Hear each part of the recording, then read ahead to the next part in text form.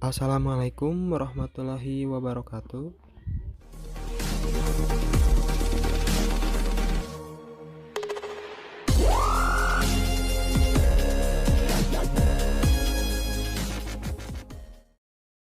Dalam video ini, kami akan menjelaskan tentang perkembangan dari tahap awal kehamilan sampai dengan tahap anak-anak. Video ini kami persembahkan untuk tugas akhir semester mata kuliah Psikologi Umum. Kelompok kami beranggotakan Maulana Ahmad dan Raihan Nurjaman. Kami fokus pada tahap ini karena dalam tahap ini merupakan periode Golden Age. Golden Age yaitu periode di mana otak dan fisik anak mengalami perkembangan yang pesat. Masa Golden Age ini terjadi pada masa kandungan sampai dengan umur 5 tahun. Video ini akan membantu orang tua dan calon orang tua maupun halayak umum untuk lebih memanfaatkan momen ini, karena pada saat ini anak sedang pada masa terbaiknya. Perkembangan prenatal adalah perkembangan awal dari manusia, dimulai dari pembuahan yang terjadi dari pertemuan sel sperma dan sel telur. Dalam tahap awal pembuahan ini akan menentukan beberapa kondisi. Yang pertama adalah bawaan lahir, penentuan jenis kelamin, dan jumlah anak. Perkembangan prenatal terjadi dalam 3 tahap. Tahap pertama yaitu tahap germinal. Tahap germinal terjadi sejak minggu pertama sampai minggu kedua. Pada masa ini akan melalui tahap diferensiasi yang akan dibagi menjadi 3 lapisan. Lapisan yang pertama adalah ektoderma atau lapisan atas, yang akan menjadi lapisan luar kulit, kuku, rambut, gigi, panca indera, dan sistem saraf, termasuk otak dan tulang belakang. Lapisan yang kedua adalah endoderma atau lapisan bawah, yang akan menjadi sistem pencernaan, hati, pankreas, kelenjar ludah, dan pernapasan. Lapisan yang ketiga yaitu mesoderma atau lapisan tengah, yang akan membangun dan mendiferensiasi menjadi lapisan kulit dalam, otot, tulang, serta sistem pembuangan dan sirkulasi. Selanjutnya yaitu tahapan embrionik. Tahapan embrionik adalah tahapan kedua pada masa kehamilan, dimulai dari minggu ketiga sampai minggu ke-8. Pada tahap ini, organ dan sistem tubuh utama berkembang pesat. Masa-masa kritis terjadi di tahap ini, yaitu saat embrio paling rentan terhadap pengaruh destruktif dari lingkungan prenatal. Pada tahap ini juga, sistem atau struktur organ yang masih berkembang memiliki risiko yang tinggi mengalami disfungsi atau cacat. Karena pada tahapan selanjutnya, embrio lebih kuat sehingga potensi terjadinya disfungsi atau cacat lebih rendah. Tahap terakhir yaitu tahapan fetal. Tahapan terakhir pada masa kehamilan ini dimulai dari bulan kedua sampai dengan kelahiran. Selama masa ini, janin tumbuh dengan pesat, dengan ditandai aktivitas organ meningkat, dan janin semakin berkembang mencapai berat dan ukuran tertentu. Berawal dari bulan ketiga, janin menelan dan menghirup cairan ketuban yang menjadi tempat dia hidup. Janin sudah bisa merespons terhadap suara dan detak jantung serta getaran dari tubuh ibunya, menunjukkan bahwa mereka bisa mendengar dan bisa merasa. Pada tahap ini, sangat dianjurkan melakukan aktivitas ringan, seperti olahraga yoga dan membaca Al-Quran, ataupun membaca bacaan positif, karena akan berdampak positif terhadap kondisi janin. Pada tahap prenatal ini, ada beberapa ancaman terhadap janin. Yang pertama adalah teratogen. Teratogen merupakan unsur-unsur yang menyebabkan adanya kelainan pada kelahiran akibat dari proses kehamilan yang tidak optimal. Bila teratogen beraksi pada awal kehamilan, saat proses pembuahan, dan organogenesis, bisa berdampak negatif pada janin yang mengakibatkan kelainan anatomis. Untuk pencegahan kelainan yang disebabkan teratogen, orang tua diharapkan untuk memperhatikan faktor lingkungan seperti infeksi, penggunaan obat-obatan, radiasi, kekurangan vitamin, atau gangguan hormon, dan kondisi lingkungan, contohnya kualitas udara dan kualitas air. Selanjutnya, ancaman bisa terjadi karena faktor dari ibu. Ibu menjadi kunci utama yang sangat mempengaruhi terhadap perkembangan janin, sehingga kondisi fisik dan psikis ibu harus dijaga agar janin berkembang dengan sempurna. Selain itu, penyakit dan kondisi ibu selama kehamilan bisa mengakibatkan infeksi, kelainan, bahkan mengakibatkan bayi lahir kurang sempurna. Beberapa penyakit yang dapat mempengaruhi janin diantaranya campak rubella dan penyakit seksual. Selain dari penyakit, usia ibu juga mempengaruhi janin. Kondisi ibu yang berisiko yaitu pada usia di bawah 18 tahun atau saat remaja, dan saat usia memasuki dewasa tengah yaitu pada usia di atas 35 tahun. Bayi yang lahir pada ibu yang mempunyai kondisi tersebut kebanyakan mengalami prematur dan keguguran. Karena kehamilan terjadi oleh dua faktor, ibu dan ayah, maka faktor ayah juga berperan penting dalam perkembangan optimal janin.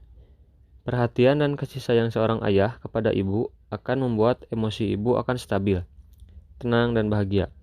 Salah satu stimulus ayah kepada janin yaitu dengan cara mengajak bicara janin dalam kandungan, karena dalam menenangkan janin dan membangun ikatan emosional bayi dengan ayah dan berdampak positif pada bahasa bayi. Sama halnya dengan faktor ibu, usia ayah juga mempengaruhi. Misalkan, usia ayah yang sudah terlalu tua mengakibatkan anak mengalami kekurangan kalsium, sehingga tinggi badannya kurang, dan bisa mengakibatkan anak mengalami keterbelakangan mental seperti Down syndrome. Kondisi psikologis pada bayi yang akan dilahirkan dipengaruhi juga pada tahap prenatal ini. Kondisi yang terjadi pada masa prenatal yang mengancam psikologis bayi yang akan dilahirkan, contohnya adalah tekanan yang diterima oleh ibu selama periode itu, dan sikap-sikap yang kurang menyenangkan kepada anak yang belum lahir dari orang-orang yang akan memegang peranan penting dalam kehidupan, menyebabkan rusaknya kepercayaan anak terhadap lingkungannya sehingga mempengaruhi sikap anak. Selanjutnya yaitu tahap kelahiran. Kelahiran bukan awal dari kehidupan, melainkan perpindahan dalam pola perkembangan. Peralihan dari lingkungan intern ke lingkungan ekstern, yaitu maksudnya perpindahan dari kondisi dalam kandungan menuju kondisi pasca lahir, dan akan ada penyesuaian yang diperlukan. Kondisi ini disebut masa bayi. Faktor-faktor lain yang harus diperhatikan yang akan mempengaruhi perkembangan sebelum dan sesudah lahir, yaitu prematuritas, pengaruhnya langsung dan jangka panjang terhadap perkembangan anak.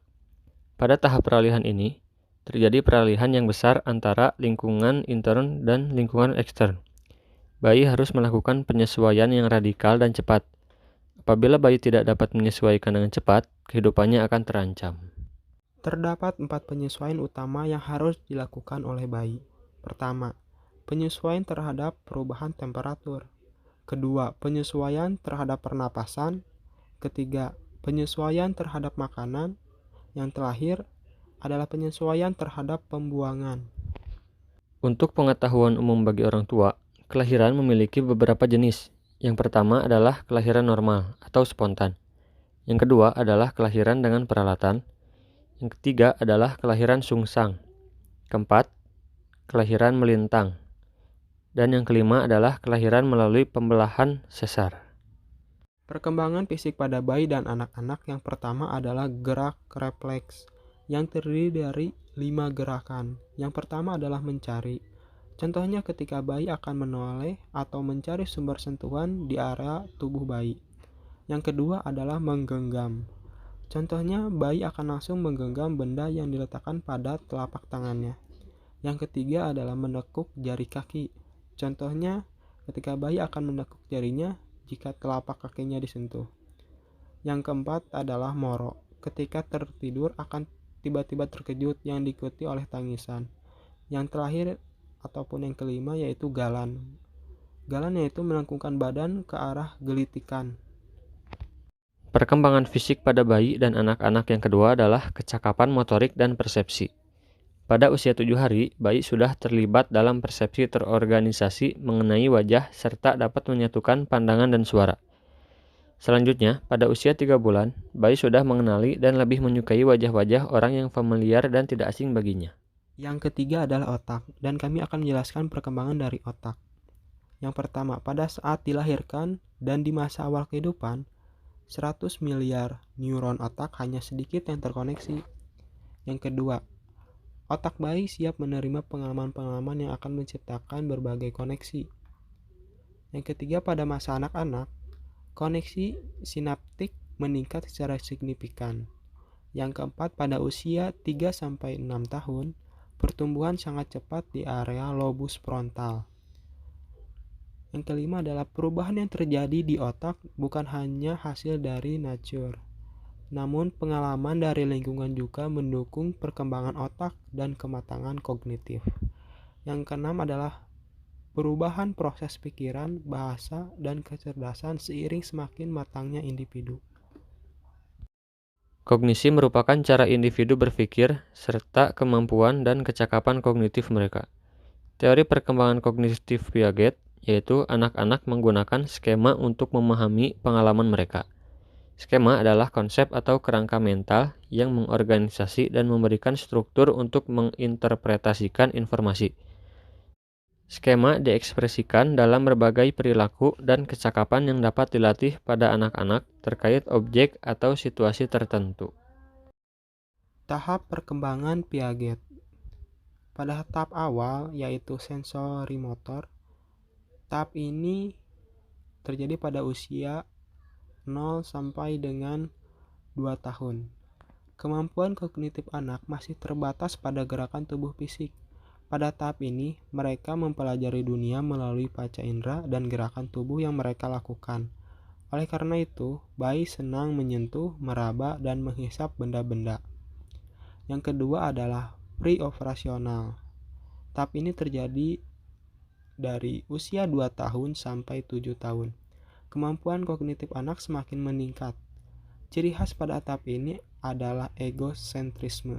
Pada tahap ini, anak hanya peduli pada pandangan mereka sendiri dan menganggap pikiran orang lain adalah sama dengan pikirannya. Yang ketiga, operasi konkret. Terjadi pada usia 7 sampai dengan 11 tahun. Anak-anak sudah biasa menginterpretasikan simbol dan mulai berpikir abstrak. Namun, terkadang logikanya salah.